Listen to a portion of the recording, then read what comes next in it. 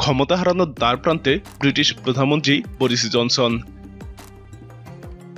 মদ খাওয়া এবং মদে পার্টি দেওয়া সহ বিভিন্ন ইস্যুতে ক্ষমতা হারাতে যাচ্ছেন তিনি। পার্লামেন্টে অনাস্থা ভোটে মুখোমুখি হচ্ছেন ব্রিটিশ প্রধানমন্ত্রী বরিস জনসন। আজ এই ভোট হওয়ার কথা রয়েছে। ব্রিটিশ কনজারভেটিভ পার্টির কর্মকর্তা গ্রাহাম ব্রান্ডি একথা জানিয়েছেন। বরিস জনসনকে ইউক্রেন যুদ্ধে প্রধান কারিগর বলা যেতে পারে। ইউক্রেন যুদ্ধে তিনি সবথেকে বেশি উস্কানি দিচ্ছেন, আমেরিকার এজেন্ডা বাস্তবায়ন করছেন, শান্তি আলোচনার জন্য জার্মানি, ফ্রান্স এবং তুরস্কের চেষ্টাকে বারবার নস্যাৎ করে দিচ্ছেন। তাই তিনি ক্ষমতা হারালে ইউক্রেন যুদ্ধ ভিন্ন মাত্রা পাবে। দীর্ঘদিন ধরে দলের ভিতরে চলা অসন্তোষের জেরেই অবশেষে অনাস্থা ভোটের মুখোমুখি হতে হচ্ছে বরিসকে। ভোটের রাজনীতিতে অপ্রতিরোধ্য বলে পরিচিত এই রাজনীতিক বেশ কিছু কেলেঙ্কারি এবং বিতর্ক সত্ত্বেও এতদিন বহাল তবিয়তে ক্ষমতায় টিকে আছেন। কিন্তু 2020 এবং 21 সালে কোভিড সংক্রান্ত লকডাউন চলাকালে আইন ভেঙে পার্টি করার খবর বেরিয়ে আসার পর থেকে দলের ভিতরেই তার নেতৃত্ব নিয়ে অসন্তোষ বেড়ে গেছে।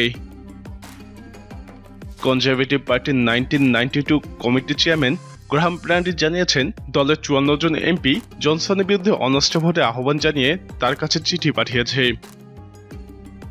পার্টির নিয়ম অনুযায়ী দলীয় এমপিদের 15% কোনো নেতার বিরুদ্ধে অনাস্থা জানালে তাকে আস্থা ভোটের মুখোমুখি হতে হয়। কাজেই বরিস জনসনকে আজ সন্ধ্যায় পার্লামেন্টে ভোটের মুখোমুখি হতে হচ্ছে।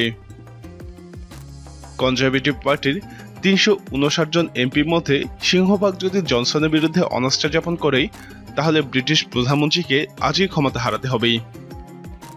সেক্ষেত্রে ব্রিটেনের ক্ষমতাসীন দল নতুন একজন নেতা এবং প্রধানমন্ত্রী নির্বাচন করবে। তবে বরিস জনসন আজকের আস্থা ভোটে টিকে যাওয়ার সম্ভাবনাই বেশি মনে হচ্ছে। যদি তাই হয়, তাহলে দলের নিয়ম অনুযায়ী আগামী 1 বছর তাকে নতুন কোনো চ্যালেঞ্জের মুখোমুখি হতে হবে না। তবে খুব কম ভোটের ব্যবধানে আজ ক্ষমতায় টিকে গেলে তাকে যে কোনো সময় নতুন ঝাঁকুনির শিকার হতে হবে। অনাস্থা ভোটের ফলাফল যাই হোক না কেন, 15% বেশি এমপি যে জনসনের বিরুদ্ধে এমন ভোট চাইছেন, এ থেকেই কনজারভেটিভ পার্টিতে তাকে ঘিরে বিভাজন এবং আস্থাহীনতার স্পষ্ট বার্তা পাওয়া যাচ্ছে।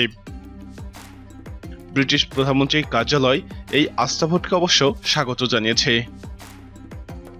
ডাউনিং স্ট্রিটের এক বিবৃতিতে বলা হয়েছে, কয়েক মাস ধরে চলতে থাকা গুঞ্জন পিছনে ফেলে জনগণের প্রাধিকারকেই গুরুত্ব দিয়ে সামনে এগোনোর একটি সুযোগ আসছে আজ রাতে।